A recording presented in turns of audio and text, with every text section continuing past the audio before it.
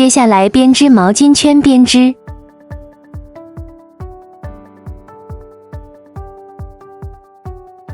在毛巾圈编织的时候，我们可以选择这两种线，一种是编织底色的黄色线，一种是编织带有圈圈的透明尼龙线。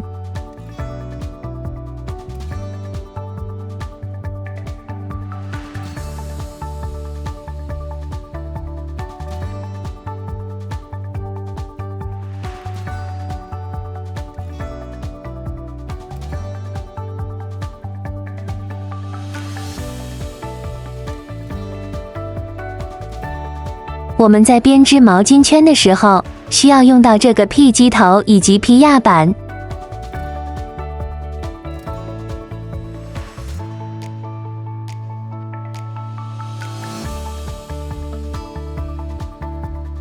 在之前介绍部件的时候说过，在使用要将这个 P 压板安装在 P 机头上。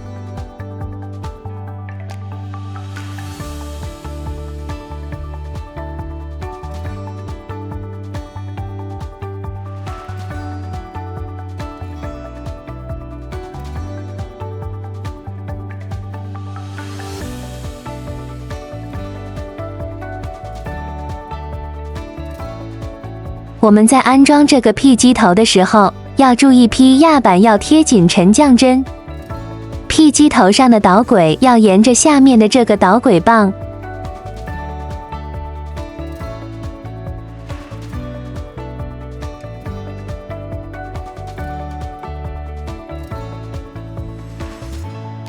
接下来，我们就开始编织毛巾圈编织。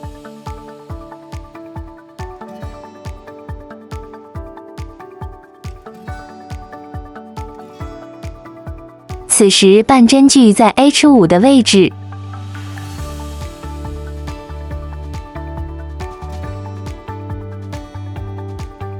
和刚才驱动空花编织一样。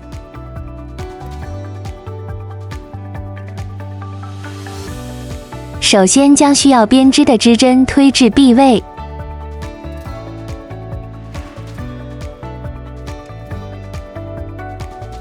接下来介绍一下毛巾圈编织时各个凸轮的设置方法。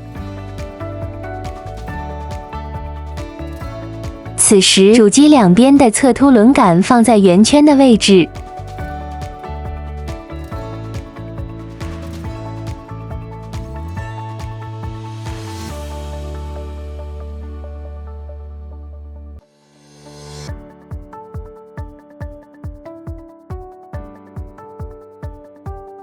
凸轮放在0位。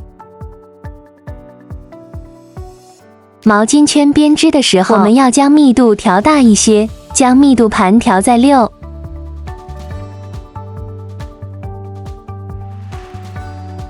腹肌机头的密度盘调在4。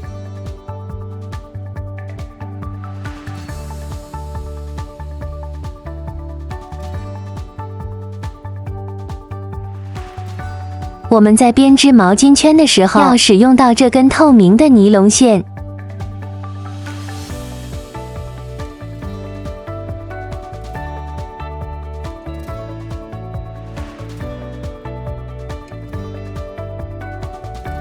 那接下来我们讲解这个尼龙线的穿线方法。为了便于大家看清，我们在穿线之前，先将线口拆下来了。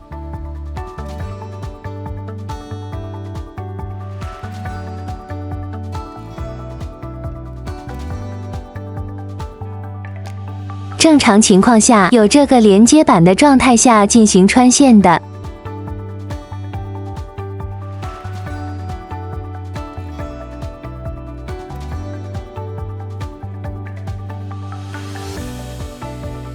我们穿线的时候，可以将腹肌稍微向下降一点。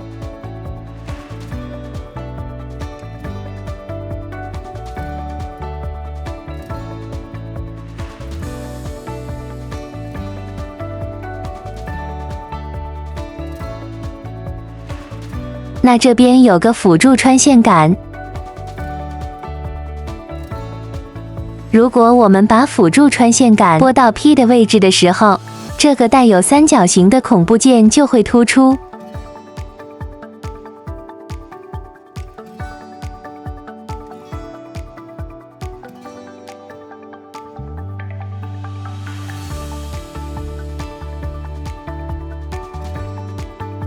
我们看一下，平常是在0的位置，现在我们将它推到 P 的位置。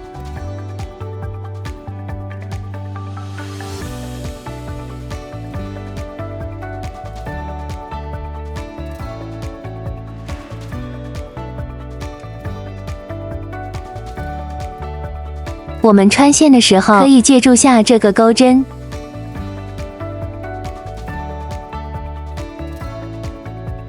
钩针从上面的三角形从下穿出，并穿到上面的圆孔内，然后勾出这根透明的尼龙线。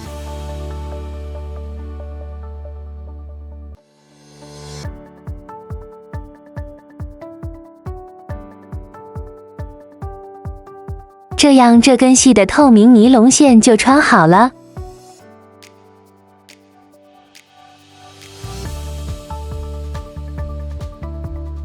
接下来讲解毛巾圈编织。首先起针，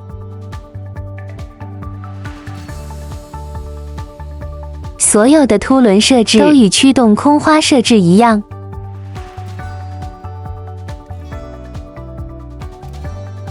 我们把密度盘稍微调大一些，主机的密度盘调在6。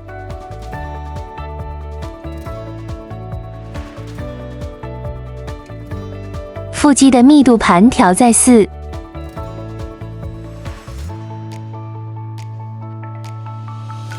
然后将线穿到线口，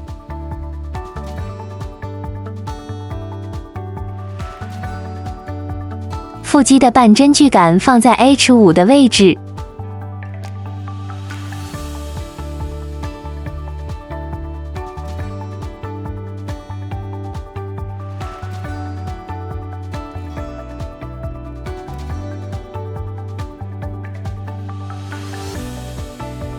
我们确认一下主副机上的机针是否被编织。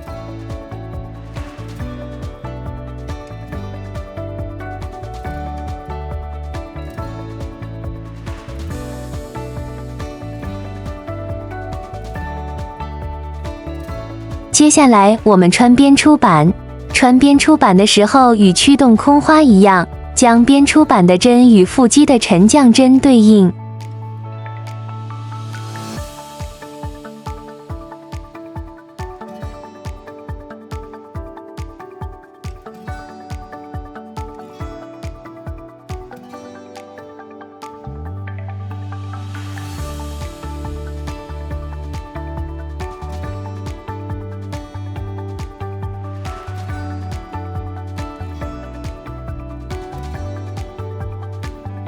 注意，我们在穿这个编出板的时候，千万不要穿错，否则我们将主机上的织物脱卸下来的时候，会将所有的织物从机器上拆下。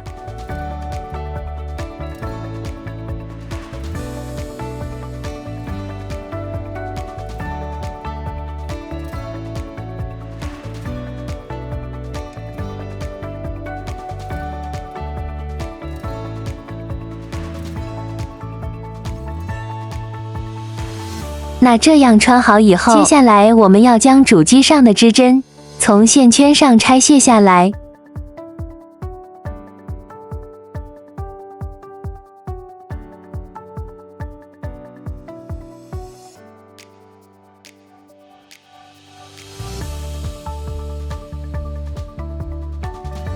这时候我们只需要用到 P 机头，不需要用到 P 压板。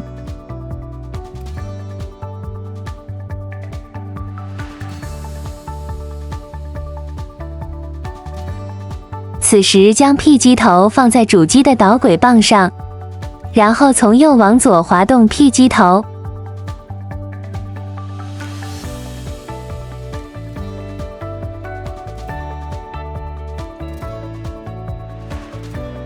这样将织针全部推到 C 位。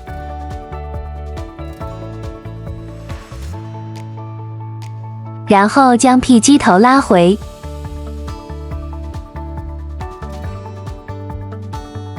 这步操作完成之后，主机上的支针全部脱落。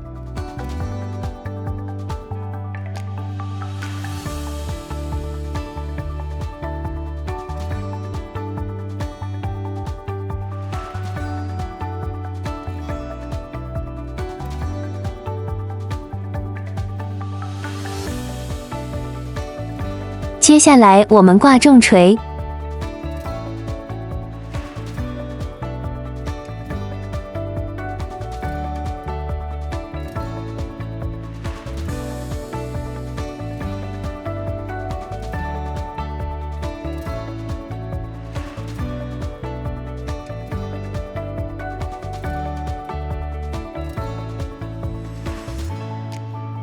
然后将凸轮杆放到 SJ 的位置。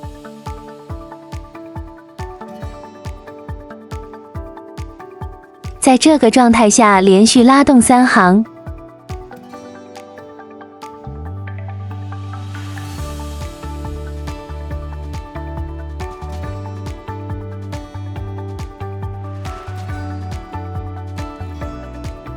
此时只有副机的支针是被编织的。如果我们正常编织的时候，这个部分应该是废线编织。现在是练习，所以我们还是用这个线继续往下编织。我们再拉一个来回。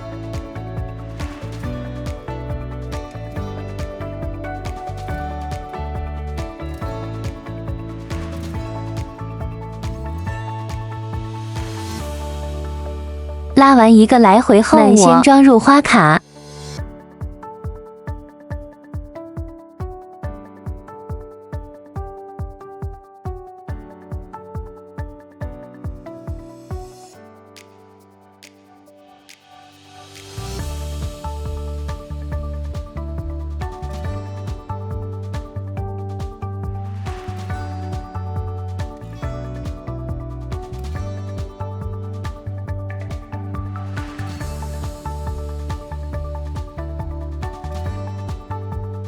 调在1的位置，然后将花卡锁定。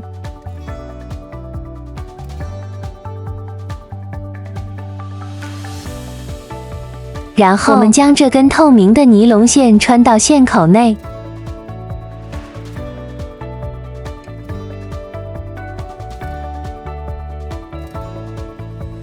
为了看得方便，我们将副机降下1点。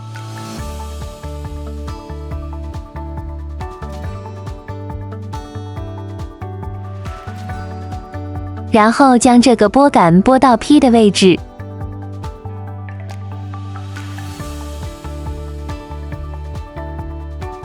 从下往上穿出钩针，并用钩针将透明的尼龙线拉出。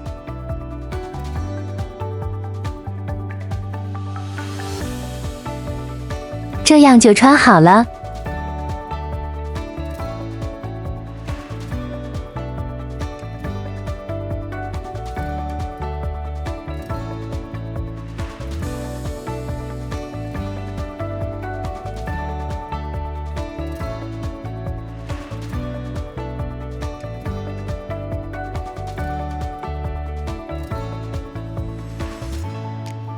在针床板的两边有这2个用于毛线编织的附件，我们将用于毛巾圈编织的两边的附件都往下降1点。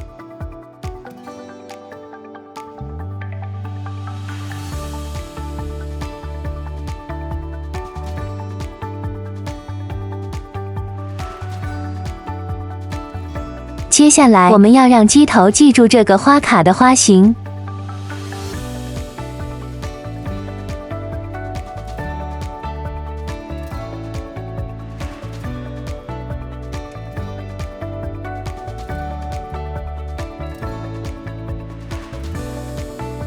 这样机头就记忆住现在的花型。然后我们将主机上的左右各5根针退到 A 位，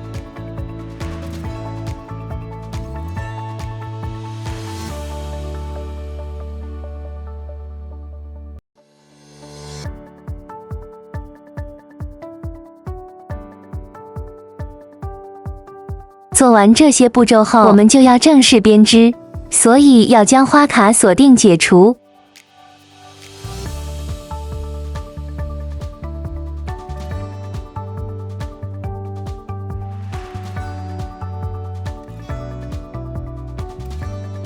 然后我们要将靠近编织针的主机机头这侧凸轮杆放到三角的位置，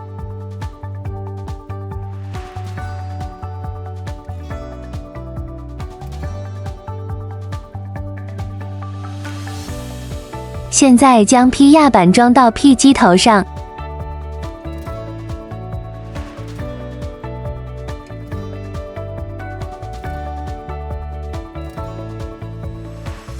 使用时，我们将 P 压板贴紧副机的沉降针，下面的槽卡在导轨棒上。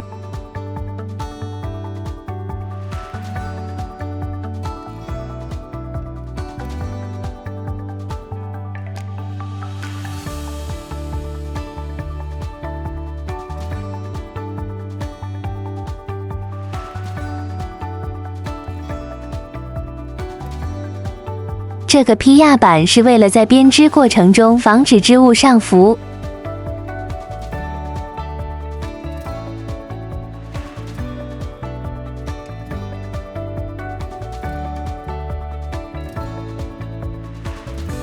那我们开始操作。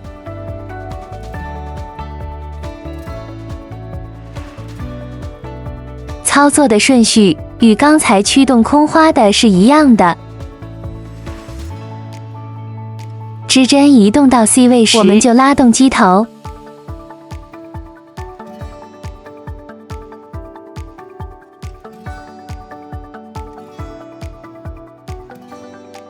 再次将副机的织针用 P 机头移动到 C 位，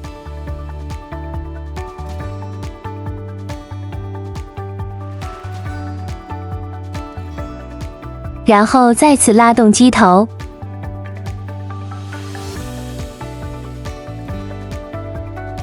接下来，我们开始主机部分的工作。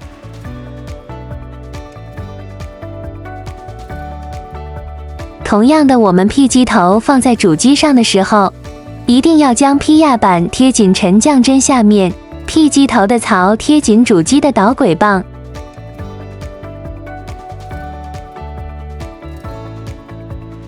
然后从右往左拉动一个来回。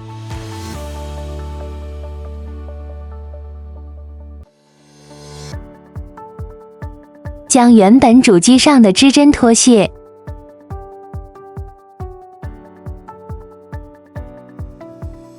并且同时用 P 机头将副机的织针推到 C 位，然后拉动机头。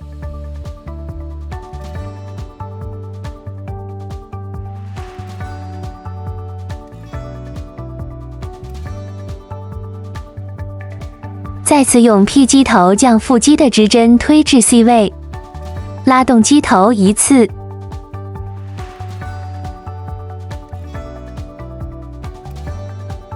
这个步骤将主机的线圈从织针上脱落下来。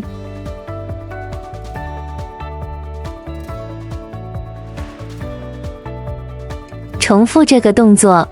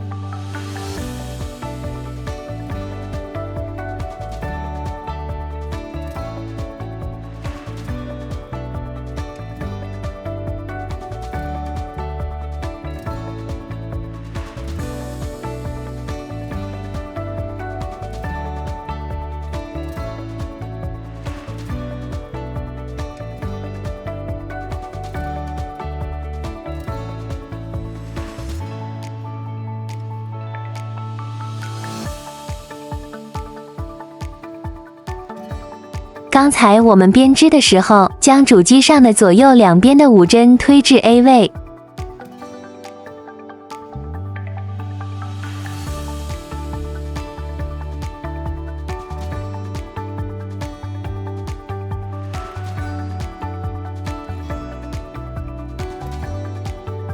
这样就可以看出，为什么将左右5针推至 A 位。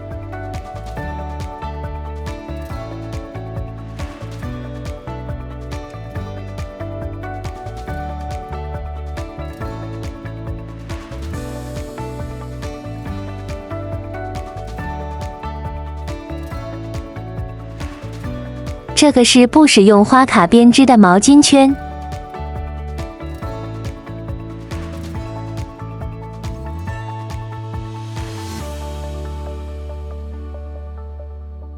如果我们将线圈部分全部用剪刀剪断，出来的效果就像地毯。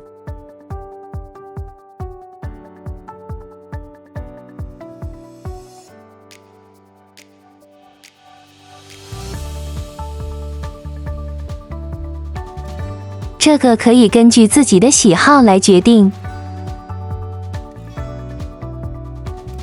我们可以自行尝试。